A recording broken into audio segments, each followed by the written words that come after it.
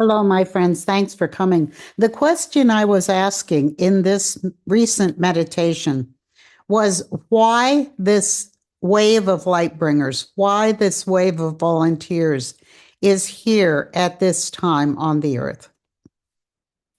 And I'm going to read that to you. What is surrounding us is all knowledge and experience from all of the expressions, especially on this planet. What has been here on the planet, what is on the planet, and what will be on the planet is most important to the light bringers. Yes, there is interest from other star systems. Disincarnates, what you would think of as disincarnates from other planets, are here observing. They are working with the volunteers, particular people who admit them into their energy field. But the aliens are somewhat of a distraction. It's like we can abandon Earth. We are going to abandon Earth, but not everybody is leaving. This is a distraction. We have ravaged the ecosystem of this planet and believe that we can move on to other planets. The reason other star beings are here is that they already have been down this path. They have no way of dancing or interacting with the life forms the way we can here. Their interest in experiencing this planet is because they have already ruined theirs. Now, Earth is a young, relatively speaking, young place that humans inhabit. The word allowed is coming here. There are some races on Earth that are more linked to other star populations of humans that had destroyed their planet, and they remember this. They may not think anything is wrong with destroying an ecosystem, or at least conquering it. This is a natural outworking of what humans do, to conquest, to manipulate, the destructiveness of objectifying a place for using it. But there are many more of you who, lifetime after lifetime, have developed such a deep, abiding love for this planet. And there are many young ones now here trying to push the tide, even of technology, that might carry small populations beyond mass extinction, which is in the relatively near future as timelines go. Some of these young people are also being helped by guides from other star systems who don't want to see this happen to this planet. When humans look for a place to live, it's kind of like a shell game. Humans will target really beautiful places to incarnate, such as this tiny, small jewel of a planet, and destroy the ecosystem, and then move on to other beautiful planets. And your instincts about the Earth and her own systems as not being an illusion. Although, if desiccated and dismantled to the most basic of energy levels, the Earth is exactly the same as your own body.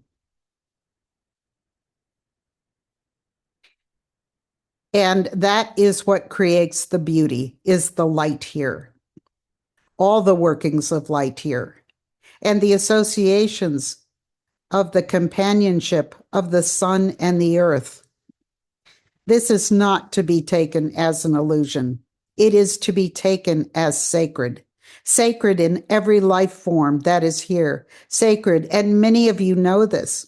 Many of you know the opportunity to have a life on earth is dwindling. Now, most people who are here have an extremely poor interface with Mother Earth and the natural world, with Gaia. Artificial is all they know. Man-made is all they know. Virtual is all they know.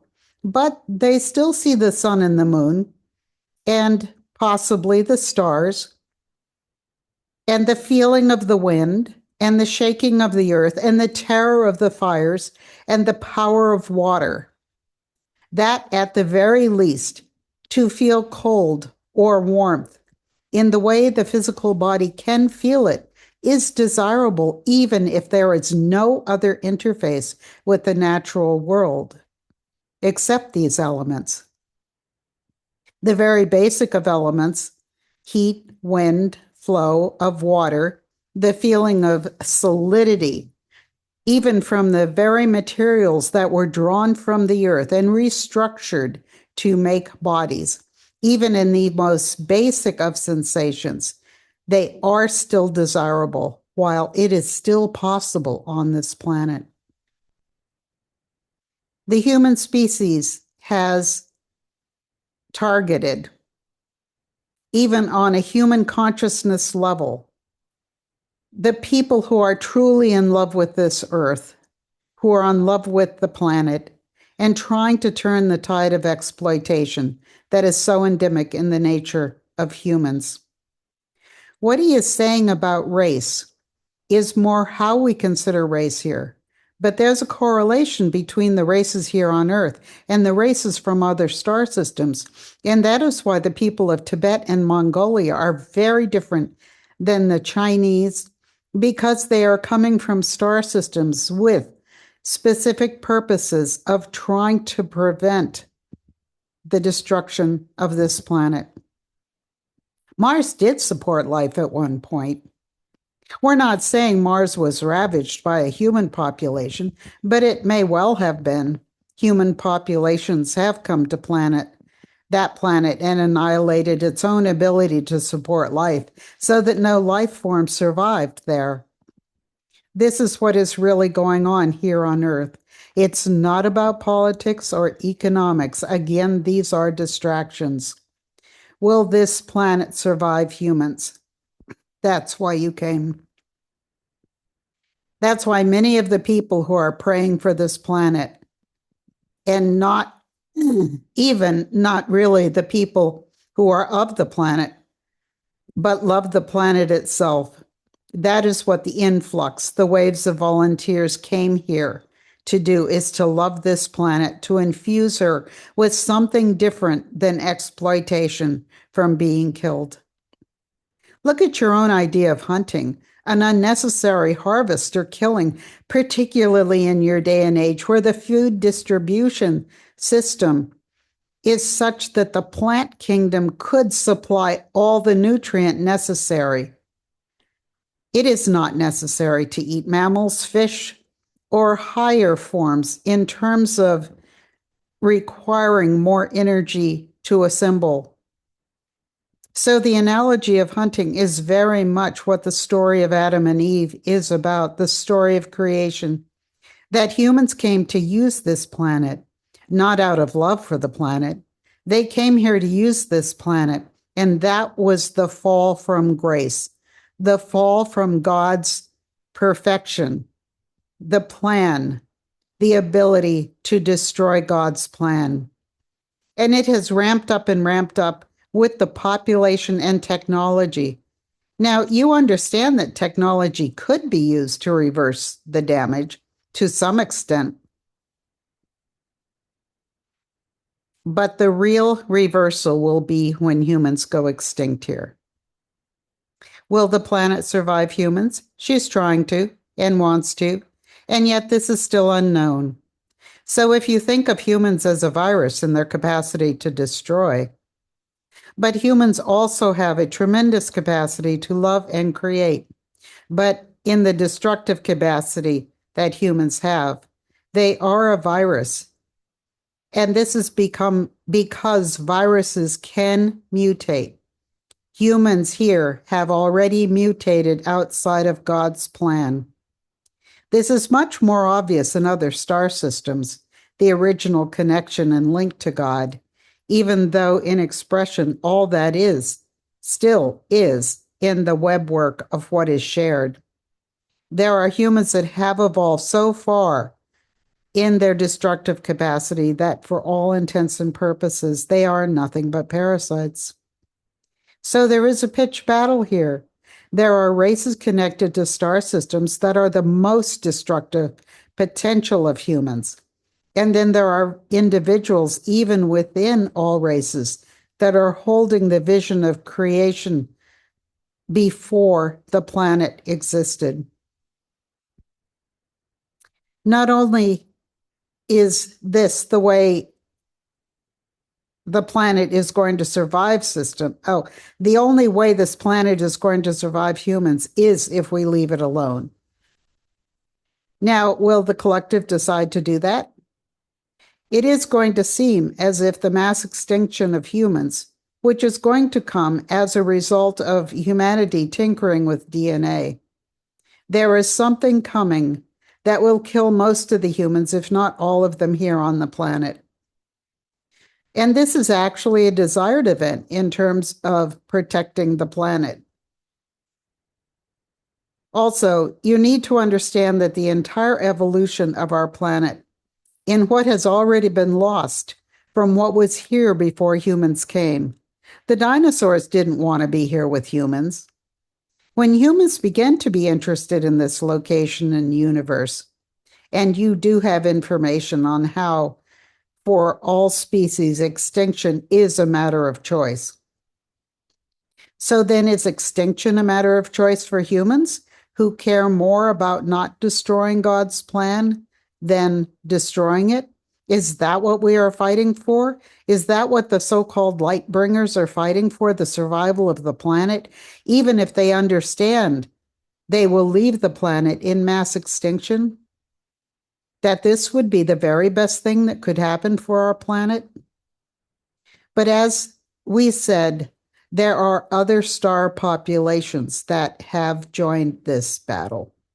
It is almost as if there's a vast stadium watching the outcome. There is a vast focus. But this is not a game. This is far from a game for the Mother Earth herself. But there is a lot of interest in whether this planet survives or not. I ask, how close is the tipping point so that there could be no rebuilding here? The destruction would have to be so disruptive to the Earth's own system. For example, fracking is coming up because it disrupts her below the surface, the very structure. And then the chemicals she has to clear are one thing. And even if life survives humans on the planet, it's going to look very different than when humans came here, because there is not even going to be the grass and the trees to generate oxygen, which are key. The carbon-oxygen exchange. Yes, there are water elements and minerals, but if there is no plant life to create, so plants are able to survive. You see, in this time frame right now, yes, there are those who are cheering more for the planet than the survival of the life forms here. They are cheering more for their own species. But there are those here who have already witnessed the destruction of other planets who would be heartbroken to see the complete death of this jewel of a planet, as many of the planets were that humans destroyed. They had exquisite beauty. If all of us hold within us, and I had to admit that I do buy single-use plastic, and the allure of ease, even in the support of my domestic animals in my life, may be a contribution to the destruction of the planet. I am not, as an individual, excused from destroying the planet, even as I chant and pray and garden and love the earth and her systems as much as I can. Simply being here as a human destroys the planet. And this breaks my heart. I wanted to get back to that thought about the tipping point. And the answer is coming. There would still be carbon and oxygen exchange of the sun, even with the redistribution and artificial combination of the materials that humans have affected. But it is the electromagnetic field around the Earth. Now, this is different from air pollution, different from affecting her own levels of protection. This is another type of pollution, this electromagnetic pollution that humans have generated by the energies that seem innocent enough to us. The cell phone, satellite, computers, these are damaging the electrical field. The very aura of the earth is degrading. So it is not just what you're seeing on Earth. It is not just the extension. It is not just the ocean full of plastic. It is the biosphere, the aura, the electromagnetic field. And that is why the poles will be shifting in her last ditch effort for the planet to save herself. And the only way she can do this will be to reverse the poles. Hopefully, humans will already be gone by then. If she can reverse her poles, she may be able to rebuild her magnetic field, her aura, and thus recreate her own body. So I'd love to know what you think about this. It wasn't the most uplifting thing I've ever done, but I thought it was extremely interesting. Thank you for coming, and until I see you again, please be well and please be blessed.